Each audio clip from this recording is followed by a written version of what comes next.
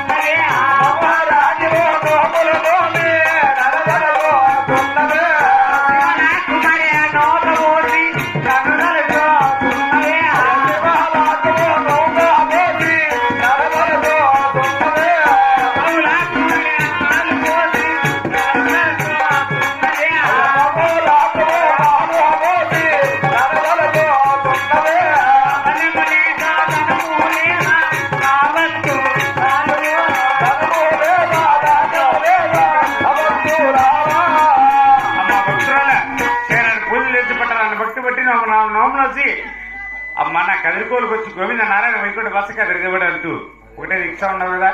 అమ్మ ఆడ సంతానం కొరకే నా కదిరికోలుకు వచ్చావా? ఆడ సంతానం ఇచ్చే లేని కష్టాలు వచ్చును. లేని అక్షరాలు పడదు. ఆడబెట్టి కనంటే తల్లి తండ్రులు లేని అక్షరాలు పడుతున్నారు కదా. లేని కష్టాలు వచ్చింది కదా.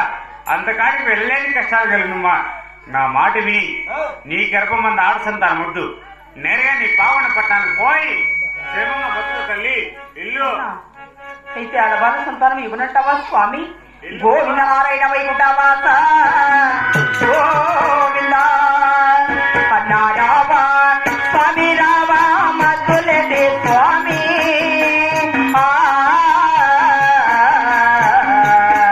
అన్న మధులే స్వామి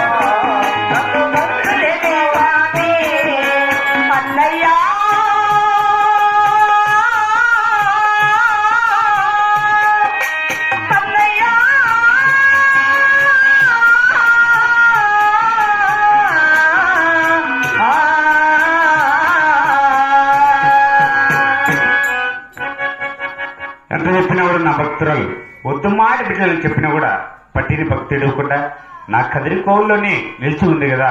మిచ్చాను తల్లి, నీ భక్తుల్ని మిచ్చాను, నీకు తప్పకుండా 6 సంతానం మిచ్చింది కాక వద్దు మాయ బిడ్డలని చెప్పినా కూడా 6 సంతానం ఇచ్చే వరకు ఈ కదిరి చిత్రం ముందు విడిచిపోనున్నాయి అంటూ నా కదిరికోవులు నిలిచి ఉంది కదా.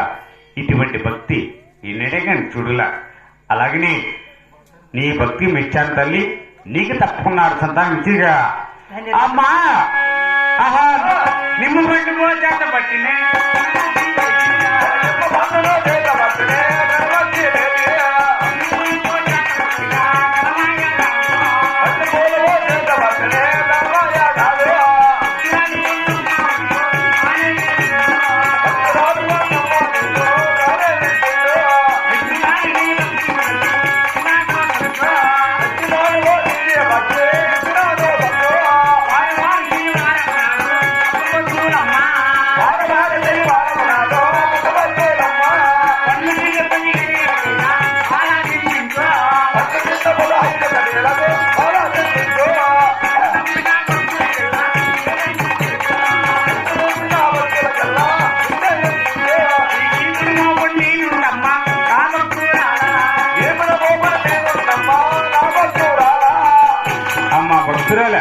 నేను ఇచ్చిన పళ్ళు పూలు తీసుకుని నేరుగా నీ పావుగొండ పట్టణానికి పోయి నీ ఇల్లు వాటిని శుద్ధపరచుకుని మరొక సన్నీళ్ళ స్నానం చేసి వారం శనివారం ఒక్క పొద్దుతో నేను ఇచ్చిన నిమ్మ పండు ఈ ఊదు పండు చేతికి తీసుకొని ఆ పండు 2 రెప్పలుగా కోసి ఒకప్పుడు నీ గర్భానికి నిమ్మ ఒక ఒప్పు నా పెరివిది ఆకాశానికి విసిరి నీకు తప్పకుండా సంతానం కలుగుతుంది.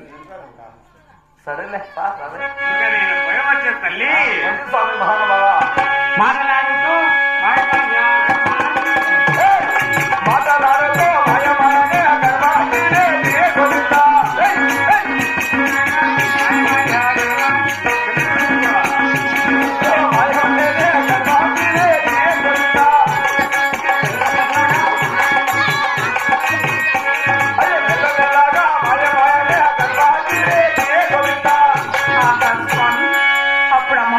భక్తురాలైనటువంటి కొండమ్మదేవి మధ్యరేటి స్వామి ఇచ్చిన నిమ్మకుండ తీసుకొని కదిరి క్షేత్రం వదిలి మరి మహాతల్లి పావుగుండ పట్టానికి ఎలా వెళుతున్నదంటే గోవిందనారాయణ వైకుంఠ